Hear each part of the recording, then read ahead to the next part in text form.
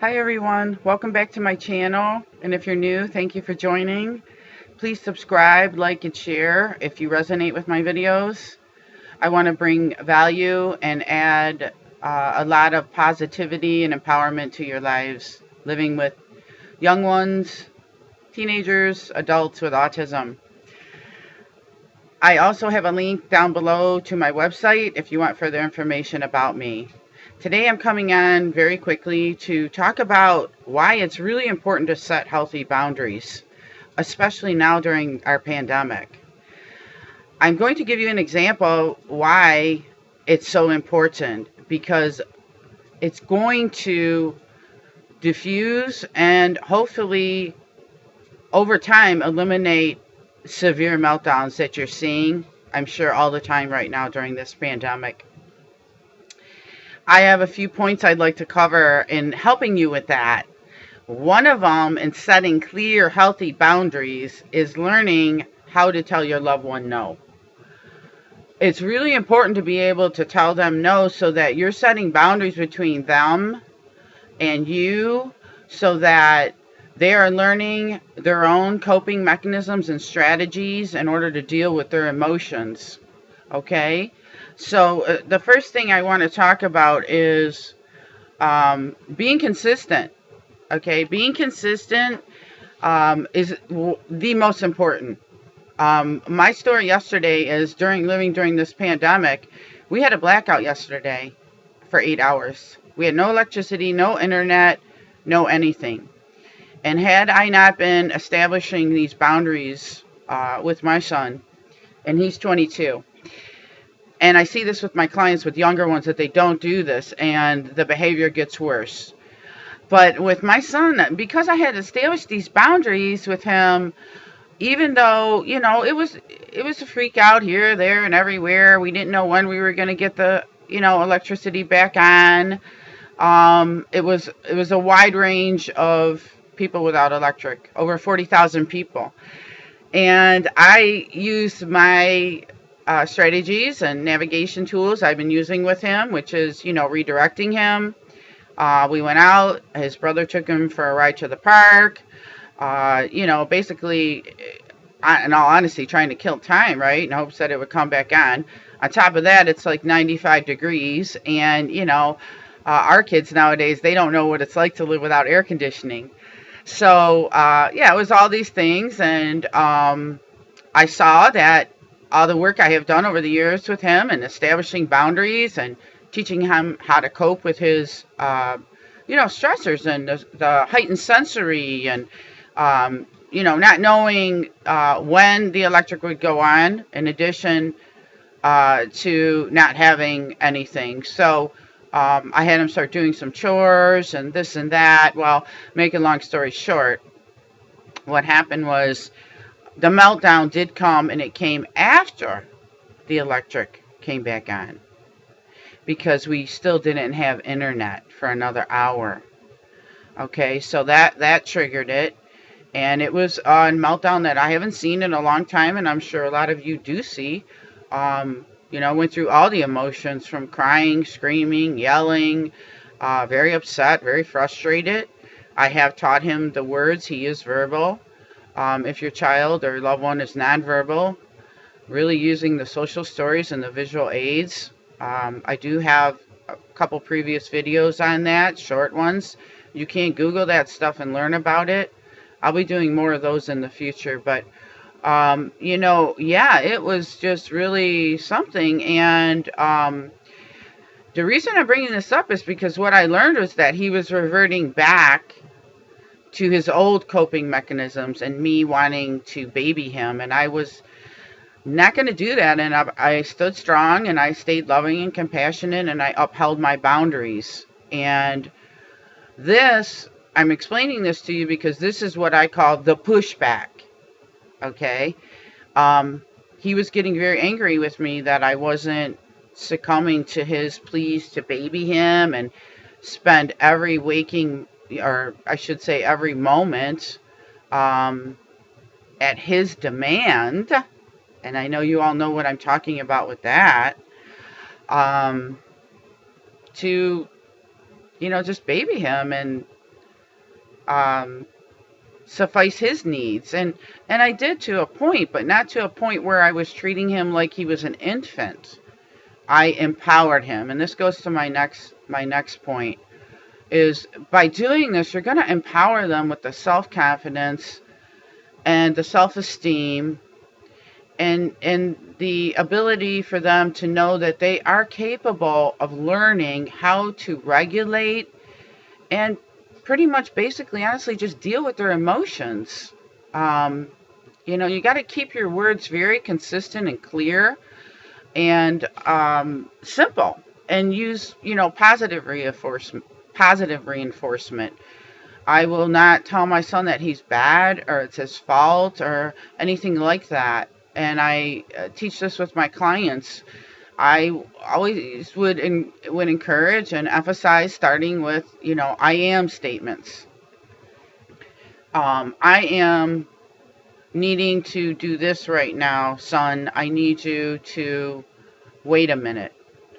And then use empowering statements to them, which is, you are capable. You are able to sit down and talk about this if they're verbal. If they're not verbal, I would implement the visual aid stories. I would just, in situations like that where our power went out and we didn't know, it just, boom, went out. And everybody knows what goes along with that. I didn't want him opening the refrigerator and that. You got to be really creative. Create a story right away. Just write it down in all capital letters. Have it in your hand. Keep reading. And don't let them take it, because I know how they are. They'll take it. They'll rip it up. Write another one.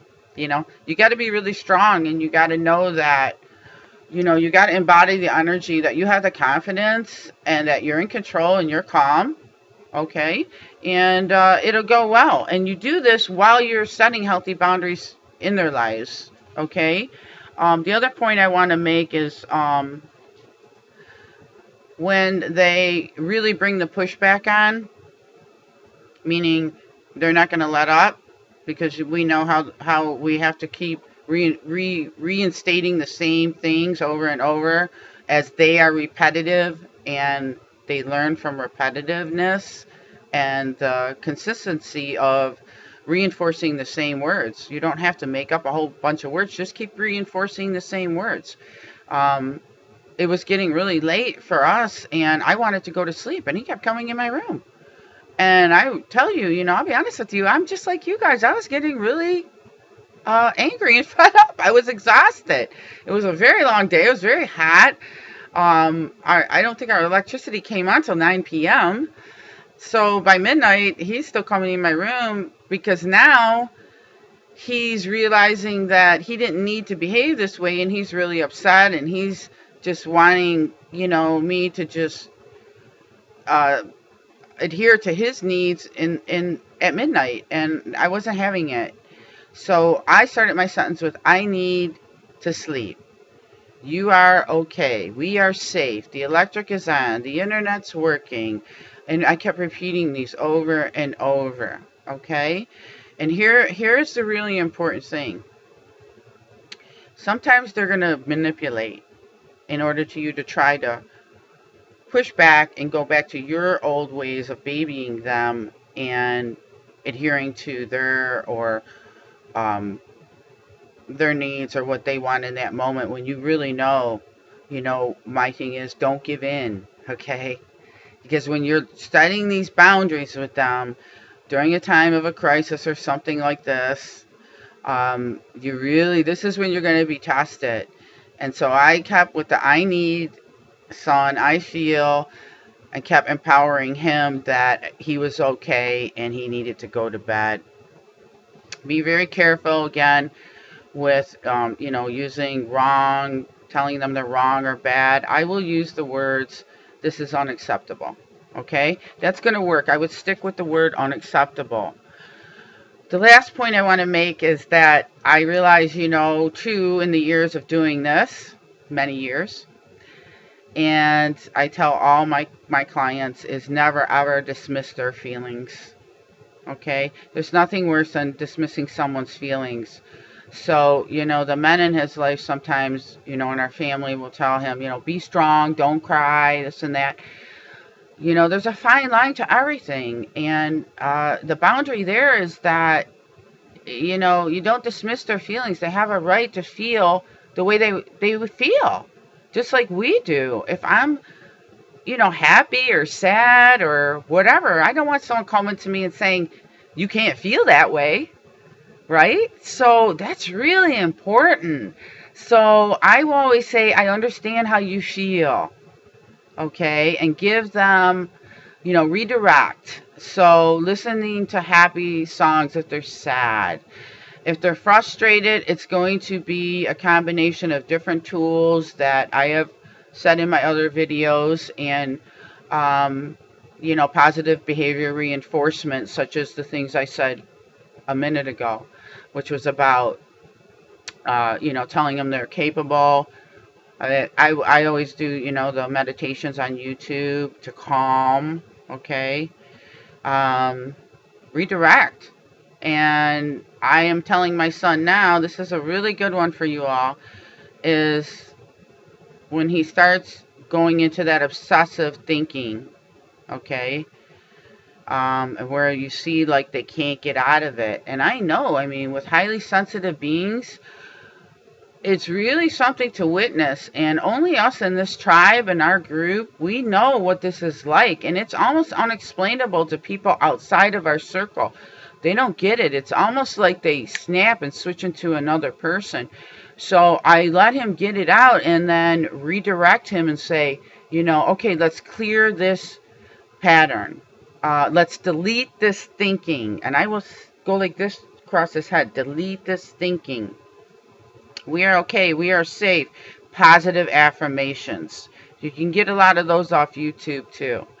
So I wanted to just share that story with you guys, and I'm going to be uploading another video tomorrow on meltdowns. It's language from my son explaining to me why, and a client of mine too, I wrote notes from that, why he behaved the way he did when he was younger, nonverbal, why things happened to him in the school, and he's able to tell me now that he's out of that environment. And I'll tell you this too. I recently told a client this, and she really, really understood this. And I told her, really ponder this thought, and I'm going to leave you all with this. When you think of a flower in your garden or in a pot that you have in your house, right? If there's something going wrong with the flower, it's not blooming, it looks like it's dying, or you don't take the flower out of the pot or out of your garden to fix it, right? You change the environment around the flower. All right, we add dirt, we water it more, we change its location, or we put it in more light. Sunlight is a natural healer for everything, by the way. And so remember that analogy, you know. We don't fix the person. There's no fixing the person. If there's anything to fix, it's the environment that person is living in or surrounded by, or that he or she is engaging in. Okay? So that is what I have to say today. I hope everyone's doing well. I hope you guys are all safe and sound. And, you know, be gentle with yourself. Take care. On the days you don't feel like doing anything, don't. You know, be safe, be well, and I will talk to you soon. Much love.